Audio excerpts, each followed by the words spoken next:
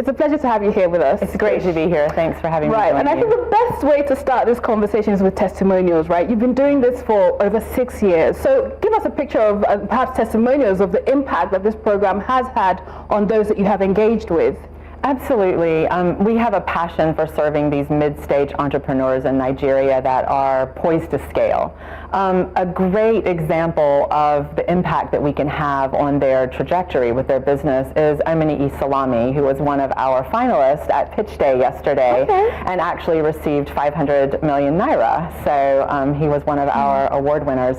But he actually grew up the son of a petty trader in Kaduna, and has now grown to run Neat Microcredit and has been in the Cascador family, as we call it, for about 4 years. And we've really helped him build a board, tap the capital that he needs to grow and to serve more women traders, and really help him mature as a transformational leader in the north in Nigeria. Yeah, and I'm sure this is just the beginning for him. Absolutely. Yesterday you did say earlier in the week was Pitch Day. Yes. What were the highlights of Pitch Day, aside, of course, the testimony you just shared? What were the highlights and some of the perhaps lessons learned from it? Wow, it was such an exciting day, and like we were talking about earlier, it's the culmination of really 6 or 7 years of investment in entrepreneurs in Nigeria. We've been running our accelerator program every fall for quite a while, but this was our inaugural year of being able to deploy millions of dollars USD to our alumni, which it was a really, really exciting day. So we ended up awarding about 5.9 billion naira to 9 finalists and almost $4 million. Interesting. And I'm sure there'll be some follow-up to all of this. Absolutely. Yes. Absolutely. Of course, Pitch Day, and of course there were several pitches you may have. I wasn't there. I wish I was there. Next year. Yes, next year for sure. We'll make that a date. We have come to that conclusion. But what would you say in 2025 makes a marketable pitch? What for an investor who's seeing a pitch, what sells it for them? Great question. We have a different mindset than the traditional VC model. Of course, we're looking for returns, but our returns are really sustainable growth for Nigerian businesses, their contributions to the economy, the jobs that they can create, the impact, really the social impact at the end of the day. So we're looking for a combination of entrepreneurs that have a great vision, they're solving problems. This is a difficult market to operate in. That they can deploy capital, they're strong operators, they have a good team, and they can really push that capital out and accomplish great things with it. And we're also looking for a mix of humility and teachability. I mean, as you know, mentorship and education is a huge component of what Cascador offers our alumni and the new founders that enter our cohorts every year. And so we're looking for people who are able to absorb that kind of support and grow as human beings. Indeed. And your work is not just within Nigeria. There's a lot more you're doing out, I believe, outside of Africa? Actually, outside of Nigeria is our focus. We occasionally do odd and end things when opportunistically things come up. But we've really decided to double down on Nigeria. We love the business climate here. We love the passionate startup culture that you have and the commitment to education and thriving. And so Dave, that founded Cascador, and myself are really kind of up in the ante here in this market. We'll take that compliment. We'll take that compliment. But of course, we know as well that, as you have highlighted, it's a very challenging business environment. We have statistics that show that over the past 2 years, right, of the 24 million MSMEs, about 30% of them have had to shut down due to the harsh environment. What would you say is key, to building resilience through times like this for businesses? And obviously education is part of what you're doing with the entrepreneurs. What are you teaching them to survive such harsh environments? It is. I've thought about that a lot because it is, between inflationary issues, foreign currency exchange, infrastructure, energy. You can go on and on, logistics, all kinds of things. But I think one key is adaptability. This is definitely not a market where you can pick a business model and just lean into it myopically, irregardless of what's going on around you. You really have to be flexible. You have to be monitoring your operating environment and your business realities, and you have to be willing to change. And that can be difficult for entrepreneurs that are operating out of a very clear vision or dream to recognize that they need to make some changes. And I think the other is to really not let yourself operate within a bubble, to reach out, to look for different perspectives, education, we've touched on those things.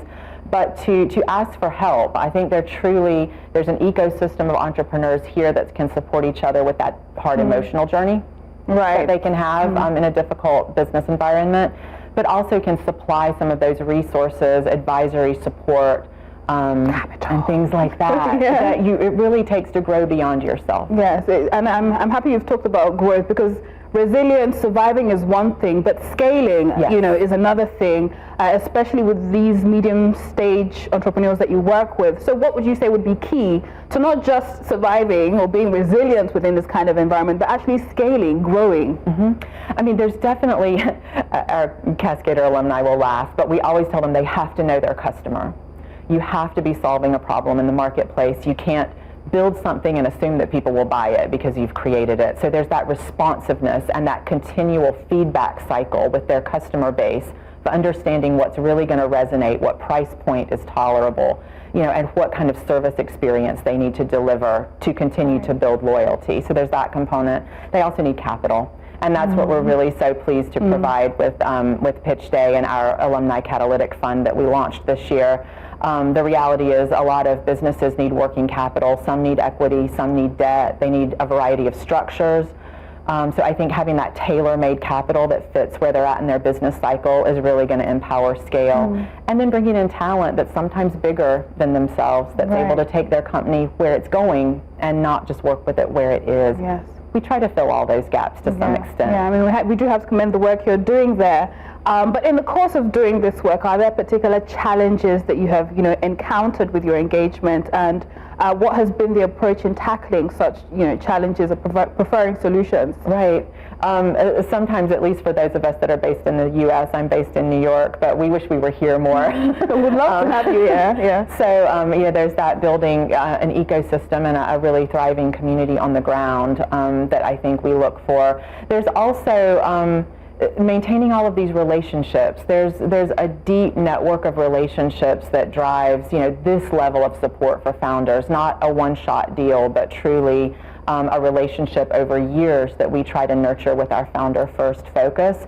And so I think that's one of the challenges we're facing as a growing organization right now, is how do we continue to maintain that knowledge of what's going on with our founder companies, and how do we serve a very diverse set of needs for them. And so that's one of the things we're solving I'm sure for. there's a lot of research that goes into that and understanding who and what you're working with.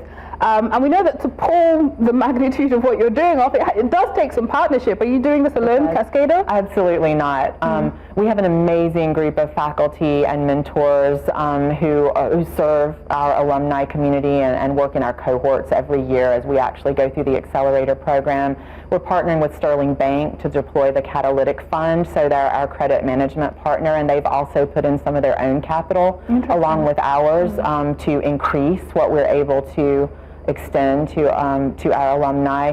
NSIA and DBN came on board and sponsored prizes this year. And then we have partners at honestly all levels of the Nigerian entrepreneurial ecosystem, from our nominating committee members to companies that are providing support when our alumni need it. Interesting.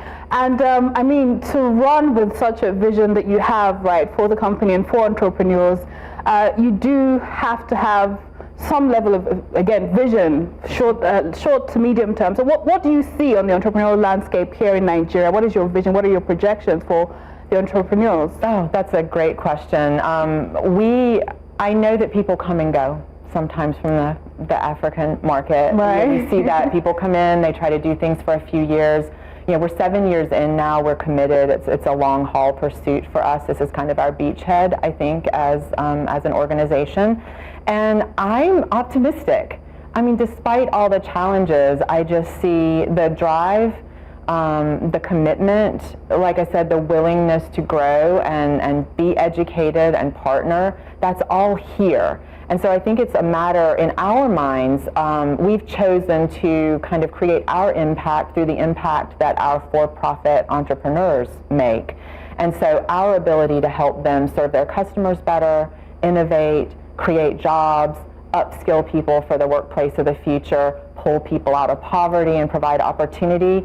I mean, that's really what warms our heart, is that our impact is their impact. All right. I mean, it's a great work you're doing, and I definitely pitch day next year. Pitch day next year. 2026. We will make it a date. But it has been a pleasure speaking with you. Wonderful to be here. Trish Thomas, CEO of Cascador. Thank you so much. And of course, the Executive Director at the Empowering Economic Growth Foundation. That is it on this particular conversation. Business Edge continues.